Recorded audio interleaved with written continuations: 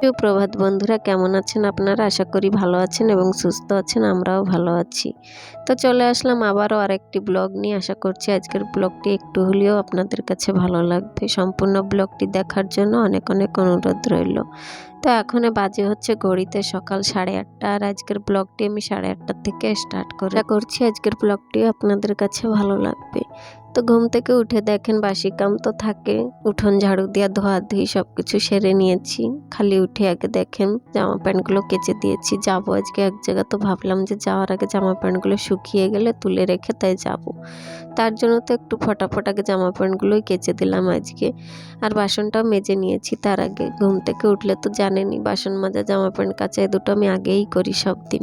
তো দুটো আজকে আবার করে নিয়েছি।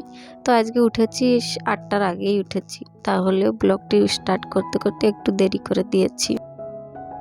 তো সকাল সকাল উঠে অনেক কিছুই করে নিয়েছি। আজকে যাবো এক জায়গা, ওর জন্যতে ভাবলাম যে কামগুলো সমস্ত গুছিয়ে গাছিয়ে তারপরেই বের হব।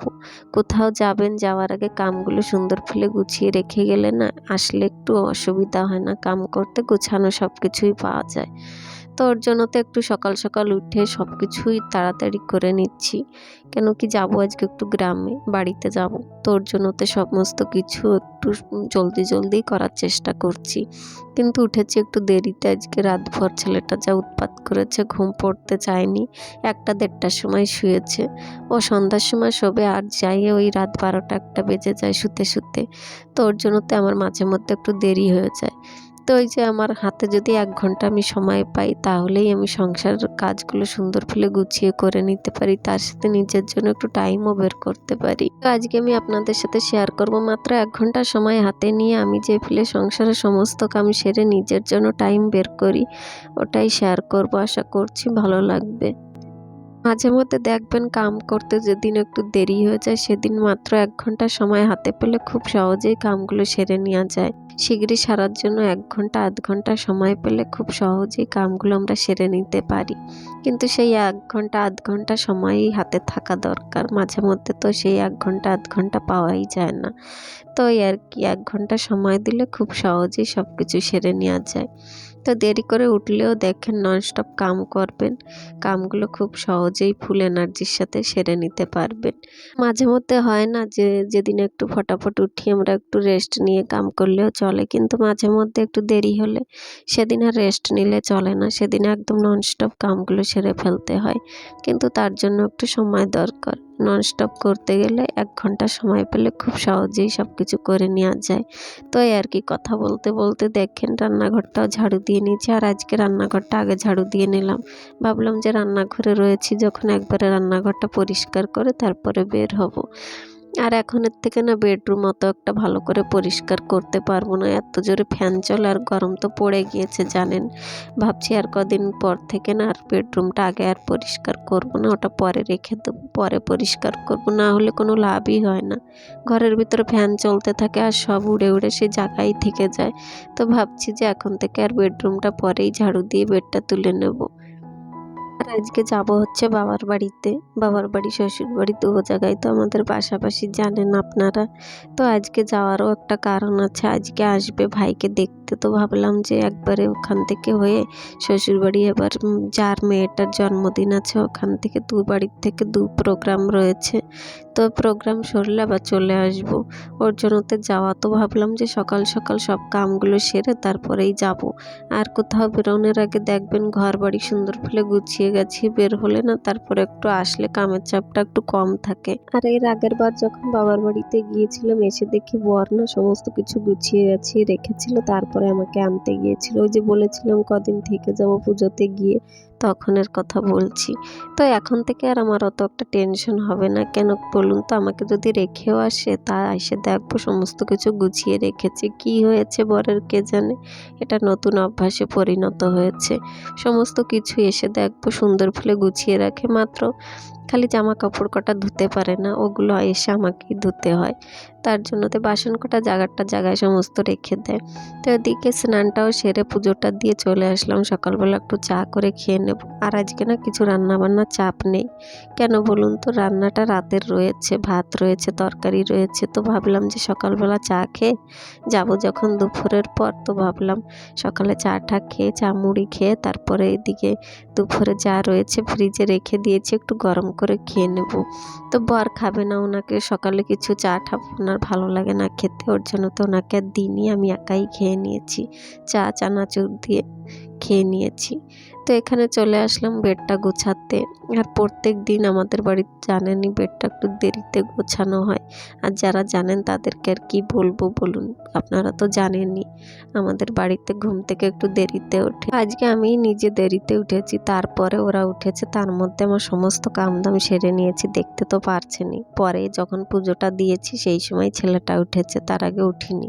তো ওই যেদিন দেরিতে উঠি সেদিন একটু হাত পা শিগগিরি চালাই, কেন কি ওই লেট করলে হবে না, বাচ্চাও রয়েছে। আর সব দিন তো সবার রুটিন সমান থাকে না যে এক টাইমেই উঠবে, কখন কখন লেট হতেই পারে। আর ছোট বাচ্চা কাচ্চা রয়েছে, ওদের পিছনে তাল দিতে গেলে টাইমের কোনো ঠিকই থাকে না। যেদিন রাতে একটু ভালোভাবে ঘুমাই সেদিন একটু সকাল সকাল উঠতে পারি, আর যেদিন একটু লেটে ঘুমাই আর উঠতে তো ইচ্ছাই হয় না, বা ওঠার জন্য কখন বেলা উঠে যায় ঠিকই পাই না। তো এখানে ছেলেকে খেতে দিয়েছি, মুড়ি আর চানাচুর খাচ্ছে, আর তার সাথে এই যে আমি ভাত কটা বেড়ে নিচ্ছি, গরম করে নিয়েছি, ফ্রিজে রেখেছিলাম। তো বর খাবে না, আমি একাই খাবো। উনি সকাল থেকে এখন আমরা এই যে বের হচ্ছি 12:30টার সময়, খেয়ে দিয়ে তারপরে বের হচ্ছি। তাও উনি খাবে না, বলছে দেখেন রাতের কত মাংস রয়েছে, এই মাংস সব ফেলে দিতে হবে। রাতে রান্না করেছিল বিরিয়ানি, তার জুসটা রয়ে গিয়েছে, তো ভাবলাম যে এটা দিয়েই আমি ভাত কটা খেয়ে নেব। খেয়ে দিয়ে চলে আসলাম দেখেন এখানে প্যাকিং করতে। আর কি কি নেব না নেব সমস্ত কিছু গুছিয়ে নিয়ে যাচ্ছি, কদিন থাকবো না থাকবো ওর জন্যতে। তো সমস্ত কাম দাম তো আমার সংসারের গুছিয়ে বাসন কোসন সব মেজে নিয়ে রেখে দিয়েছি জায়গায়, খেয়ে দে কেন কি অগোছালো কিছুই রাখবো না, এসে আবার কাম বেড়ে যাবে, ওর জন্য তো সব কিছু গুছিয়ে পরিষ্কার করে রেখে যাচ্ছি। আর প্রত্যেক দিন কোথাও যাওয়ার আগে না অল্প কিছুই নিয়ে যাই, কিন্তু ছেলেটার জিনিসে ব্যাগটা ভর্তি হয়ে যায়। তো এই যে দেখেন রেডি হয়ে নিয়েছি, আর এত রোদ, ভেবেছিলাম দুপুরের পর যাব, কিন্তু এখনই দুপুরের আগেই যাওয়া হচ্ছে। বর বলছিল যেতে যেতে আরও টাইম হয়ে যাবে, ওর জন্য তো আমাদের এখান থেকে যেতে না 1.5 ঘন্টা সময় লেগে যায়। তো এই যে দেখেন, আর আজকে এত হাওয়া দিচ্ছিল, আর যেমন রোদ উঠেছে তেমন বাতাসও ছেড়েছিল। তো এই যে চলে আসলাম দেখেন বাবার বাড়িতে।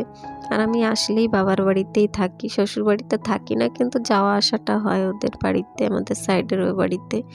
এখানেই থেকে যাই, সব দিন এখানে থাকি আসে বলে আর ওখানে থাকা হয় না। তো এই যে দেখেন সমস্ত কিছু ভেঙে চুরে কি অবস্থা, এখানে তো একটা দোকান ঘর ছিল দেখেছেন, তো ওটা ভেঙে ফেললো। তার পরের দিন সকালে, ওদিন আর কিছু ব্লগ করিনি, পরের দিন সকালবেলা দেখেন ঘুম থেকে উঠে বিছনাটা তুলে নিচ্ছি। আর আপনাদের সবাইকে গুড মর্নিং। কেন কি ওদিন এসে না আর কিছুই শ্যুট করতে পারিনি, আর বাড়িতে কাম চলছিল, তো আর কিছু দেখাতেই পারিনি। তো পরের দিন সকালবেলা ঘুম থেকে উঠে দেখেন এই যে সমস্ত বেড টেড গুছিয়ে নিচ্ছি। আর এখানে আসলে আমার কিছু শ্যুট করা হয় না, কেন বলুন তো, এখানে এসে শ্যুট করার টাইমই পাই না।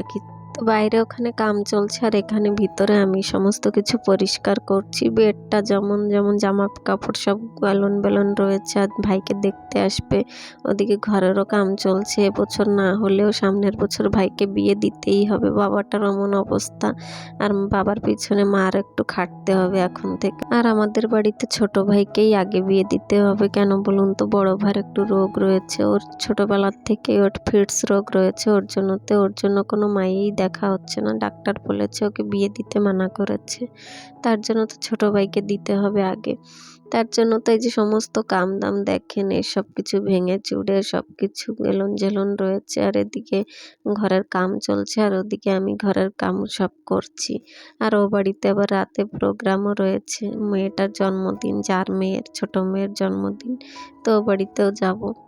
তো এখানে দেখেন এই যে কাম কাজ তো ওখানে হচ্ছে, আর এখানে কেক কাটা সমস্ত কিছু শ্যুট করেছিলাম কিন্তু আর দেখাতে পারলাম না, কেমন কে যেন স্টোরেজ ফুল হয়ে গিয়েছে, ও কিছু আর রেকর্ডিং হয়নি। আর এখানে দেখেন আমার ছেলেটা আবার কেক কাটার জন্য কি করছিল, তার পিসিমণি ওকে আবার একটু কেক কাটিয়ে দিল। তারপর এখানে বসে পড়লাম সবাই গান বাজনা শুনতে, আর এখানে বাড়িতে চলছে সুখ সেবা, শীঘ্রই শীঘ্রই কেক কাটার প্রোগ্রামটা সেরেই শোক সেবা আরম্ভ হয়ে গিয়েছে। কেক কাটার জন্য সবাই বসেছিল, তারপরেই শোক সেবা স্টার্ট হয়ে গিয়েছে। তো আমার ছেলেটা যা দুষ্টুমি করছে, তো মাঝে মধ্যে একটু নিজের জন্য তার সাথে পরিবারের সবার জন্য একটু টাইম বের করতে হয়।